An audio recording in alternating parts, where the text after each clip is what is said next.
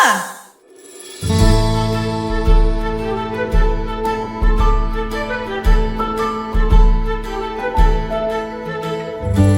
E aí, meus queridos ouvintes do Fliperama Nerd, hoje está começando mais um Speedrun. E hoje vamos falar de um anime que eu descobri de forma um tanto aleatória nas redes sociais, porque apesar de lindo e estar em uma plataforma de streaming grande, né, que é a HBO, nunca tinha ouvido ninguém falar. Hoje vamos falar de Máquia. E não estou sozinho aqui para falar um pouquinho desse anime que me conquistou profundamente. Estou aqui com o Hilário. Hulk, quando me indicou o filme, eu pensei, caralho, o Hulk está inventando um filme, nunca ouvi falar.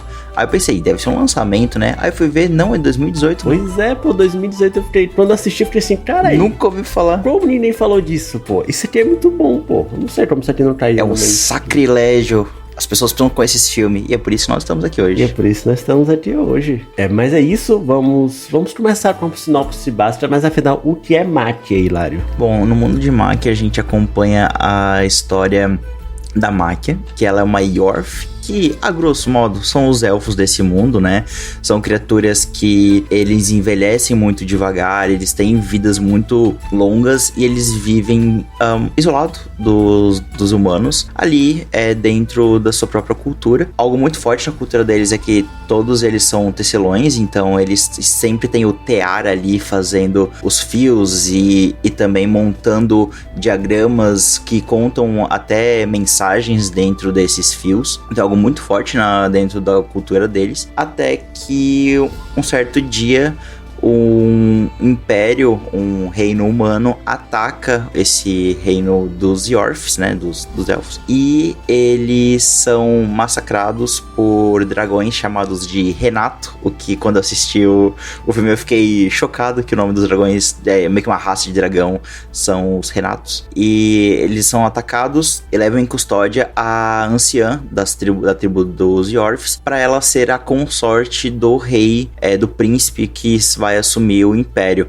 Consorte, nesse caso, uma esposa ali forçada, um casamento forçado, porque eles pensam em, né, eles pretendem usar o sangue dos Yorfs para poder ter uma linhagem, entre aspas, mais forte ali com essa longevidade. Depois do ataque, a Máquia consegue escapar e ela encontra um bebezinho humano largado numa cabana onde os pais dele foram mortos, e ela acaba adotando essa criancinha e começa a criar ele como um filho. Então, por mais que tenha toda essa trama política de plano de fundo, por mais que tenha essa parte mística com outras raças, dragões, acaba sendo muito um filme sobre relação paternal, sobre maternidade, sobre essa passagem do tempo e das pessoas ao nosso redor, e é um filme que conta muito sobre isso, com toda essa trama política acontecendo ao redor. É muito doido esse início, porque o início do filme te dá uma total impressão diferente do que ele vai contar, né? Até a gente chegar no que a parte que ela encontra o neném, e a gente vai entender onde a obra vai nos levar. E quando eu assisti Máquia, eu já tinha visto a primeira temporada de Frieren. Aí quando eu assisti, eu falei, pô, isso aqui talvez é uma forma de entender. Quando eu assisti,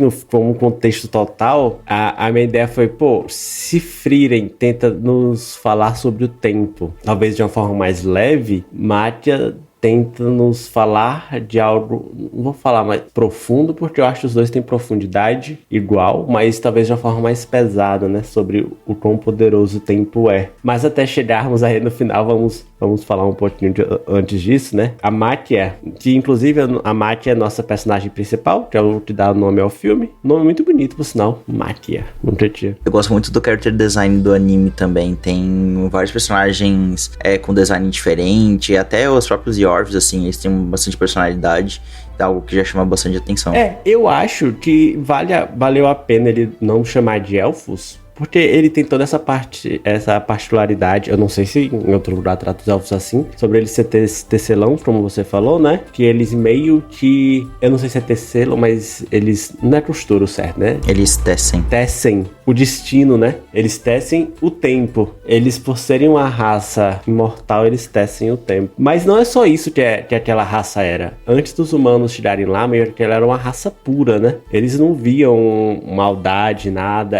Por isso que, como o Hilário falou, quando os humanos vão lá, eles só são massacrados, porque eles não têm nada pra se defender naquele ponto. E algo que é citado dentro da obra, apesar de pouco trabalhado, é que tanto essa raça que a gente brinca que parece com os elfos, né, e a raça dos dragões, elas são tratadas pelo próprio universo em si como meio que raças místicas, e que os humanos ali, aquele reino humano, eles estão capturando essas raças místicas pra usar em guerra, né, que é uma coisa que o ser humano sabe fazer, pelo visto, em toda a nossa história da humanidade. E tem até o contraponto entre o avanço tecnológico, né, ainda é um anime medieval, mas ele tem todo esse contraponto da tecnologia avançando, as embarcações crescendo, até a gente tem o anime, ele vai evoluindo assim na linha do tempo, e a gente tem as indústrias se formando, a gente tem um monte de, o cenário mudando assim das cidades, e ao mesmo tempo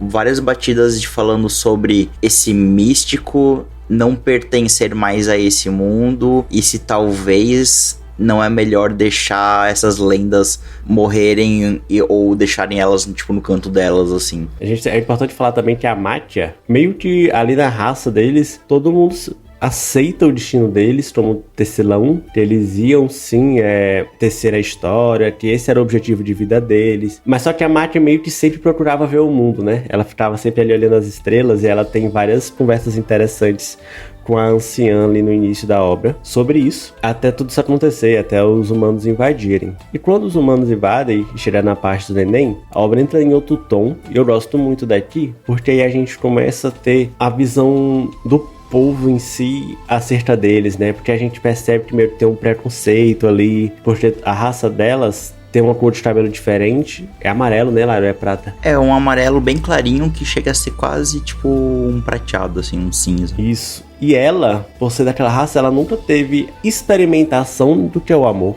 basicamente falando. E quando ela começa a criar daquela criança, ela não entende o que ela tá sentindo. É meio que muito disso, ela não entende. No início não é nada, ela tomando responsabilidade do que qualquer coisa, né? Porque não tinha laço ali. Mas logo depois que ela acha criança, consegue chegar numa vila, que ela fica lá na casa da... Você vai me recordando, por favor, os nomes lá, tava certo nessa cabeça, mas naquela casa de campo, né, que ela passa os primeiros anos com um bebê, que ela vai realmente criando afinidade com a criança, criando carinho, que ela vai realmente conhecendo todos esses outros sentimentos. E é muito bonito como isso é construído com pouco tempo, sabe? A gente assiste muito anime que não consegue fazer isso em vários episódios. E ali, com várias breves passagens de tempo, o filme deixa isso bem conciso pra gente. Eu gosto bastante de como o clima do filme, ele vai sempre mudando, assim, porque quando eu comecei a assistir, eu não sabia nada pra gente da história, eu só fui, assim, pela indicação do Hawking e fui.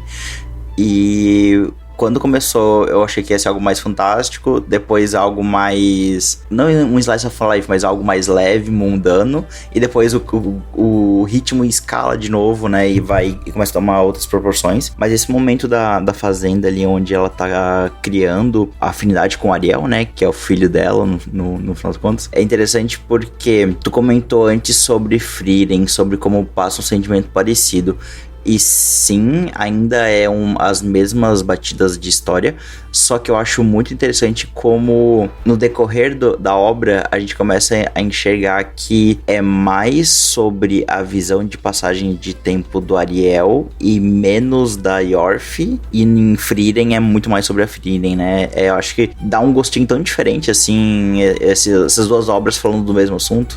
São visões realmente, agora eu tô falando, fica mais claro de passar esse pessoal. Realmente é uma visão, lá em Frieren, é a visão de como é difícil pra Frieren entender o quão rápido se passa o tempo pra nós. E lá é quão difícil é pro Ariel entender que a mãe dele ainda é jovem, né? Que chega num ponto em que eles têm praticamente a mesma idade, e aí fica óbvio que ele não é filho, né, natural dela, que é filho adotado, no caso. E aí vai desenvolvendo as coisas aqui. Eu sinto que essa primeira parte do filme é muito sobre o mundo. A gente tem que entender a dinâmica do mundo com a raça deles. A gente tinha que construir uma relação da Máquia com a Ariel. E é muito legal de quando o filme fala assim, pô, chegou a hora da gente avançar para outra etapa, eles mudam o cenário, né? Sim. A gente tem o primeiro cenário, toda a casa de campo, que é a Máquia e o Ariel construindo essa relação, o Ariel crescendo, a Máquia entendendo os sentimentos, a Máquia se aceitando como mãe, porque no início ela não sabia o que era ser mãe, depois ela pensa, pô, eu não sou mãe,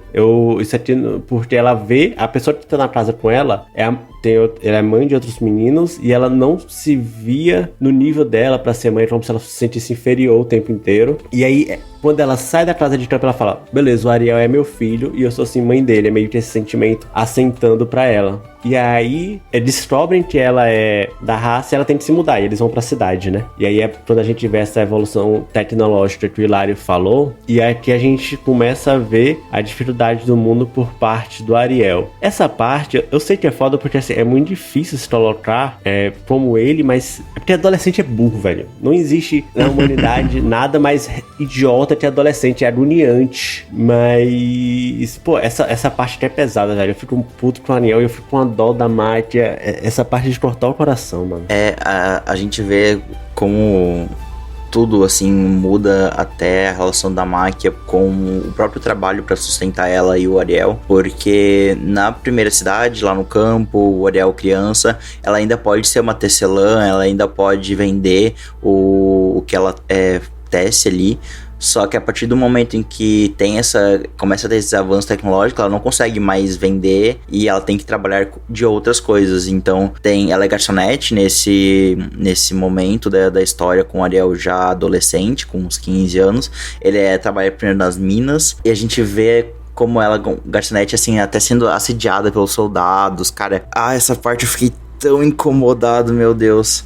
Me deixou muito desconfortável, porque como agora eles têm teoricamente a mesma idade, eles não conseguem mais falar, né, mentir pra todo mundo ali que o Ariel é filho da Máquia, e eles começam a se tratar como irmãos, né, pra poder passar isso pras pessoas, mas a gente vê o tempo todo que a relação deles começa a ficar distante, começa a ficar desgastada, o Ariel começa a tomar atitudes questionáveis. Porque nesse ponto, assim, a Máquia, quando a gente termina o primeiro ato, que é na parte do campo, e ela se vê como mãe, e a aceitação dela como mãe é muito até pelo cabelo, né? Porque como o cabelo dela era amarela, ela pinta a cor do cabelo dela da cor do cabelo do Ariel, pra fazer mais sentido dela ser mãe dele. E a gente nessa segunda etapa, que o Ariel tá adolescente, e talvez ele não consiga entender os sentimentos dele. Eu não sei, ele não consegue aceitar que ela não é a mãe. Ele se sente enganado por ela não ser a mãe não biológica dele. Ele não consegue entender o fato da mãe dele não envelhecer. E ao mesmo tempo, ele fica puto porque as pessoas acham até muitas vezes que eles são um casal e ela é mãe dele.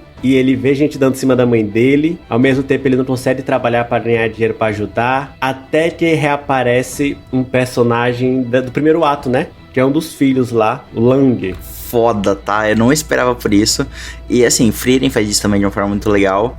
Mas aqui, quando aparece a criança que era lá da família do campo, adulto, como tipo meio que um cargo maior no exército, eu achei tão legal. E ele ficou tipo o design dele adulto ficou muito foda. Eu adorei quando ele apareceu. Mano, eu gostei muito dessa parte, porque normalmente nesse tipo de fantasia, quando a gente sai do primeiro ato, os personagens são meio que sorteados do primeiro ato. E é meio que eles só tentam ingressar pessoas novas, sabe? Mas aqui não, a aparição do Lang, ela não era algo óbvio e foi muito bem feito, foi muito natural pra acontecer as coisas, faz muito sentido que lá no campo ele não tivesse o que fazer realmente, ele tenha ido pro exército até pra ajudar a cuidar da casa dele, e a gente cria uma relação de carinho com o pessoal ali, né? Acho que eu vou trazer a Dita, o Lang, deixa eu ver aqui, Amido, que é mãe do Lang. Tem um irmão do Lang que ele é meio esquecido no churrasco, ele só aparece no começo, mas a Dito, ela é a criança que fazia bullying com o Ariel, mas que na real ela gostava dele. É exatamente isso. A gente tem um final aqui de ato desse segundo ato tão... Eu não esperava esse final de segundo ato, tá? deles se separando. Eu chorei muito. Cara, foi muito pesado. A forma, não é só eles se separando, é a forma como eles se separam. O Ariel falando que ela não aceita ela como mãe dela. Depois que ela demorou, a gente viu todo o processo que ela teve que passar pra ela se aceitar como mãe. E aí ver a gente fica muito puto. Bicho, eu fiquei muito puto com a Ariel nessa parte. Essa cena toda, ela é uma desgraça, assim. Uma desgraça no melhor sentido narrativo possível. Porque a gente vê o Ariel ficando bêbado, aí ele chega em casa e a gente vê o mesmo sentimento que ele meio que tá em cima dela, depois ele se afasta e fala que ela não é a mãe dele, pisa no tecido que ele teceu quando ele era criança, quando ele tava aprendendo a tear, e tipo, cara, é muito sofrido ver toda essa parte, e eles acabam se separando, mas com uma cena bonita, com o Ariel pedindo pro Lang inserir ele no exército, e porque ele quer ficar mais forte pra proteger a mãe dele, e essa parte me pegou, tá? Mano, é muito isso, mas o foda é porque assim, ele se separa de um jeito tão grande que eu fico pensando, pô, como é que tu vai proteger tua mãe se nem vai saber onde ela tá? Eu fico pedrado nessa parte, velho. Porque eles só se separam aqui. Mas, pô, foi um desenvolvimento muito inesperado, e eu acho que isso aqui a gente fica, pô, pra onde Máquia vai me levar agora? Eu gosto muito, porque ele leva... O nível aqui é muito grande, velho, que a gente tem aqui de... Caralho, a carga dramática é muito boa dessa segundo ato. É tudo muito bem construído, você realmente fica puto. Quando você fica puto com o personagem, é porque fala, pô, foi bem construído pra eu estar aqui putaço com ele, velho. E aí a gente vai pra essa terceira etapa, que aí o que retorna nesse terceiro ato, né? Que o que retorna são os antigos moradores e amigos da Máquia lá, quando eles foram atacados pelos humanos. Quando eles foram atacados pelos humanos, a Máquia se separou de todo mundo, porque a Máquia ficou presa no dragão, e ela cai, enfim. E ela achou que todo mundo tinha morrido. Ela até não teve mais notícia depois daquilo tudo. E aqui ela descobre que o pessoal que sobreviveu, na verdade, criou toda uma brigada de... É tipo uma luta revolucionária, né? Pra tirar o poder dos humanos, as pessoas estão lá pra fazer uma guerra civil lá dentro. E a partir daí vai desenvolver todo esse ato 3 de guerra. É, porque aí é quando começa a ir pros finalmente do filme, em que a gente tem a guerra acontecendo, porque durante o filme como um todo, a gente sempre vê que os Renatos, os dragões, eles vão entrando num modo meio descontrolado, que eles ficam com os olhos vermelhos e eles começam, tipo, a entrar numa autocombustão, numa combustão espontânea. E a gente vê que o que mantém o reino ali do Império como uma soberania perante os outros países é o controle desses dragões, porque eles são muito fortes. E à medida que o filme vai passando, os dragões vão morrendo, porque eles perdem esse controle. E o estopim da guerra é quando só tem mais um dragão, porque aí não tem mais muito o que eles fazerem para se defender de vários outros países, e aí esses países criam uma aliança e atacam todos ao mesmo tempo o Império ali, e é quando a gente tem a guerra desenrolando. A Máquia, ela é sequestrada por um dos países ali rivais pelo Kryn, que é um dos Yorfs ali que sobreviveu, que o Rock comentou. E aí é quando começa a loucura e a guerra e, cara, e de novo o tom, assim, né? Porque o anime, ele consegue passar muito bem o clima das cenas pelas cores dele, porque quando a gente vai assistindo o filme, ele começa super clarinho, tons pastéis, tudo muito brilhante, tipo um azul muito forte, ou muito amarelo, muito verde, e o filme vai cada vez mais escurecendo. Quando começa as fábricas é tipo muito vermelho e muito marrom, e aqui na parte da guerra é tipo só cores escuras, muito, muito vermelho, por conta não só do sangue, mas também da parte das explosões, das armas. A gente vê que no começo do anime é muito combate de espada, e nesse final já é com o pessoal com umas baionetas, com as carabinas, assim. Então é muito foda, assim, ver como o tom do anime, ele muda muito em 2 horas de duração, praticamente. Sim, velho, e pra quem quiser ter uma memória, assim, sobre a tonalidade das cores, terceiro ato lembra essa temporada de Jujutsu que tá saindo agora, que é a terceira temporada. Lembra muito essa tonalidade de cor, mais meio que depressiva. Mas falando um pouco sobre esse terceiro ato, o Ariel reaparece, né? O Ariel reaparece, agora ele está casado, ele tá casado, vai ser pai. Vai ser pai com a menina que fazia bullying com ele na infância. A menina que fazia bullying com ele. É que quando ele chega lá no exército, meio que a Dito já tava lá. Porque pra ele ir pro exército, ele muda de cidade. E aí ele encontra pra capital, e ele encontra ela lá. E aí ele se encontra e vai acontecendo as coisinhas. Assim, é parte bem legal. E aí no estopim da guerra, mano, é tão fofo. Porque o Ariel tá na guerra. E aí quem vê a máquina não é o Ariel, né? É o menino, o outro carinha lá. Eita, esqueci, rapaz. Eu sou péssimo com nomes. O Lang. Quem vê a Ariel é o Lang. Ou quem vê a máquina é o Lang. Que o Ariel vai pra guerra, a mulher dele começa a ter o filho e quem ajuda ela a ter o neném a Máquia. É muito tão bonita essa cena. Toda a representatividade, tá? Porque ela sabe quem a Máquia é. Ela, na hora, reconhece e, pô, eu acho linda essa cena que ela consegue ter o neném e a Máquia desaparecendo porque a Máquia ajuda ela a ter o filho, mas depois ela vai pro castelo. E tem um arco pequeno aqui, que é a do amigo da Máquia, que ele aparece muito pouco, né? Ele aparece no início, parece esse ato 3, como eu falei, que é da mesma raça dela. Ele aparece em momentos-chave de cada um dos atos, basicamente.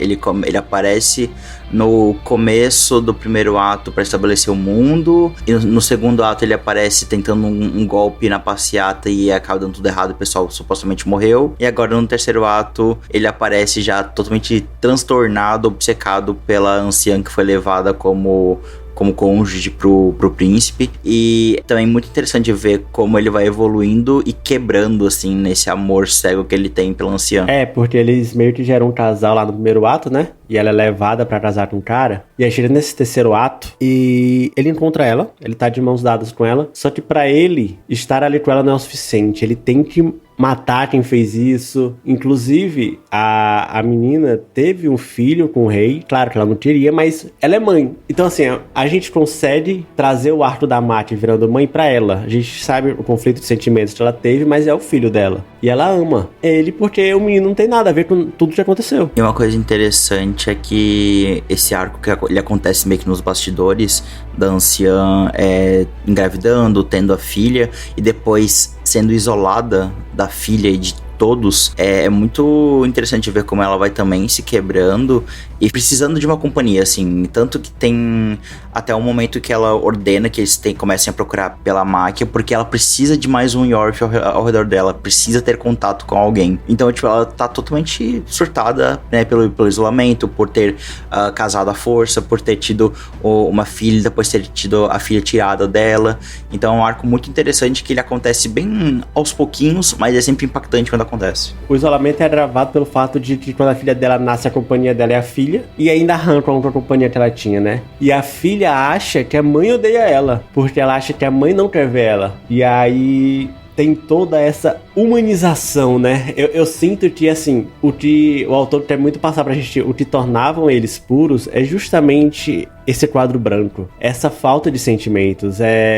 Talvez o fato de não amar evita no que eles pecassem também, evitem várias coisas, e o que nos torna humanos e o que nos torna especial sermos humanos é justamente esse misto de sentimentos que nos fazem acertar e nos fazem errar pra caralho. E a gente vê tudo isso explodindo com esses personagens místicos e deixando de ser um quadro em branco e virando, por exemplo, esse amigo da Máquia, um quadro de puro ódio, né? E ela, um quadro perdido. Isso acho muito foda. E no final de tudo, a única pessoa que talvez se manteve mais como si foi a Máquia, né? Ela, por mais que tenha passado por N situações, ela se manteve como si. Eu acho que também tem muito a ver com a personalidade dela, como eu falei no início, que ela sempre procurou ver, aliás, afinal, o que tem além daqui, né? E talvez quando ela viu, ela não se sentiu tão perdida contra os outros. Esse final ele é interessante porque eu acho que é o ponto de superação da passagem do tempo, né? Porque em nenhum momento a Máquia ela sofre pela passagem do tempo. Ela sempre sofre porque ela vai se separar do Ariel em algum momento, que é a diferença. A gente tá comprando com Frieren, porque isso é muito parecido às temáticas, porque o processo da Frieren é entender e apreciar os momentos que já passaram. E é como se isso já tivesse sido compreendido pela Máquia, e ela tá aproveitando o máximo que ela dá, mas ao mesmo tempo ela não quer se prender a essa vida, tanto que o final do filme mesmo, quando já se passam vários e vários anos, e o Ariel já é avô, e ele já tá num leito de morte ali, onde ele vai falecer em poucas horas, assim, e é muito muito emocionante ver a Máquia com a sua plenitude, digamos assim, e com a mesma aparência do começo do filme, voltando pra vila onde ela criou o Ariel, encontrando a bisneta dela, criança, encontrando a neta dela já adulta e encontrando o Ariel já idoso e ele falecendo ali nas mãos dela, assim, e ela conseguindo se despedir dele. E pra mim a cena mais bonita do filme é que ele, em algum momento na infância do Ariel, eles fazem a promessa de que ela não vai chorar na frente dele, e ela no final do filme começa a pedir desculpa pra ele, e desculpas porque ela vai quebrar a promessa dele, e ela, quando ela chora, meio que tem um panorama que eu acho lindo, que é ela no cantinho da tela, chorando, e meio que as lágrimas dela fazendo vários dentes de leão, assim, voando pro céu. Porra, o que eu chorei nessa parte, meus amigos. E nessa jornada da Máquia, é muito citado durante a obra que lá existem seres mistos. E a obra deixa isso muito simples, sabe? Eu acho até deixar isso aberto faz bem, porque também não faz muito sentido parar pra explicar o porquê. E durante a jornada da Máquia, tem meio que um guia espiritual, digamos assim, que é quem, por exemplo, leva ela pra ele quando ele tá perto de morrer, né? Isso não é muito explicado, mas eu acho legal de ter ele ali, e eu acho que o final da obra, até durante o ato 3, sabe? A Máquia, falando sobre passagem no tempo e a diferença de Frieren, a Máquia, ela entende que em certo momento o fato dela ser imortal vai prejudicar as pessoas ao redor. É tanto que quando eu falei ali no ato 3, ela ajuda o neto dela a nascer e ela some. Aquele momento, eu sinto que ela e o Ariel estão desculpados. Se ela quisesse ficar, eu acho que o Ariel estaria extremamente feliz, mas ela sente que a presença dela ali, não vou dizer que não é bem-vinda, mas não se faz mais necessária, né? Ela tem algo a viver além disso. Ela não quer prender a vida das pessoas com a passagem do tempo lenta pra ela, assim. É como se ela só sei sentir, não sei explicar. É muito difícil explicar o que uma imortalidade de uma pessoa traria pra outra, sabe? O filme consegue te fazer sentir a dificuldade que seria, por exemplo, o Ariel, sei lá, envelhecer e ver a mãe dele já... Deve ser difícil pra caralho, sabe? A nossa vida ser finita é o que traz sentido pra ela, e a Máquia entender que a finitude das coisas que ela teve contato é o que faz sentido pra vida dela. Entender o impacto que ela teve na vida do Ariel, o que ela vai ter na vida de outras pessoas e como ela pode ajudar. Então, por isso, como ela pode ajudar pra sempre, ela ajudou o Ariel e vai continuar ajudando outras pessoas, tocando o coração de outras pessoas. Eu acho muito disso. E é por isso que eu acho que ela senta no carrinho no final como se ela fosse continuar a jornada dela, sabe? Continuar viajando por aí.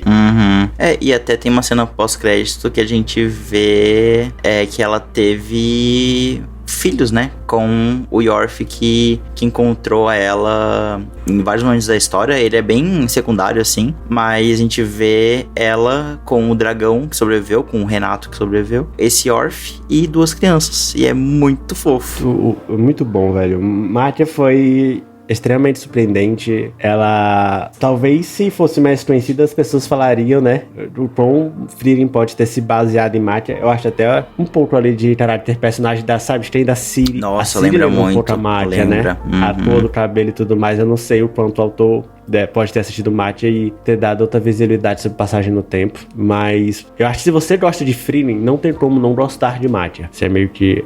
A gente deu todos os spoilers no cast. Eu acho que se você mesmo tendo os spoilers aqui, você vai amar o filme, porque por mais que a gente fale dos acontecimentos, a gente não conta a jornada dele, sabe? E eu acho que a jornada e a forma como esses sentimentos são sentidos pelos personagens é muito mais importante do que só o ponto que a gente chega aqui. A forma como chega a esses lugares. Então, você chegou até aqui no cast, vale muito a pena, assim, assistir o filme. Você vai amar, acho, não tem como não gostar. Tá na HBO. Acho válido falar, quem tem Nubank aí, Ultravioleta, ou aquele Nubank Plus, tem HBO de graça. Então, assim, vale muito a pena assistir, velho. Ótima surpresa de experiência. Gostaria muito de dar nota pra Máquia. Infelizmente, no speedrun não damos nota, mas... É verdade. Mas antes de finalizar com tudo, primeiro temos que agradecer aos nossos fichas de ouro, que são as pessoas que ajudam a gente ao máximo lá no Catarse. Você poder ajudar também a partir de R$5 lá no Catarse, tá? Ajuda demais a gente. Você entra no nosso Telegram, conversa com a gente sobre coisas como Máquia, coisas como Pokémon, que a gente tá falando direto, que tá aí saindo Pocopia,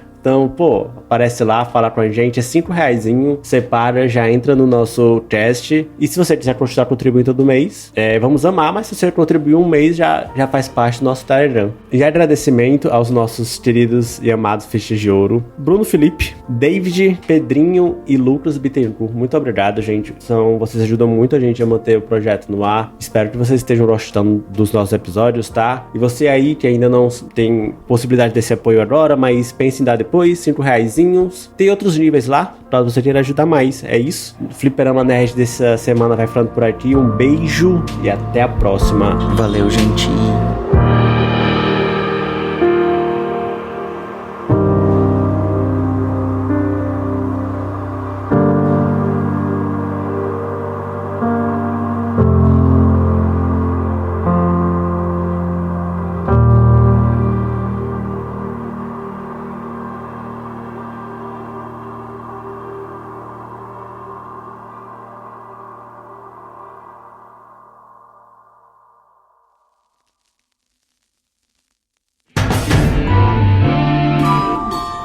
Esse podcast foi editado por Yoshi Ohashi.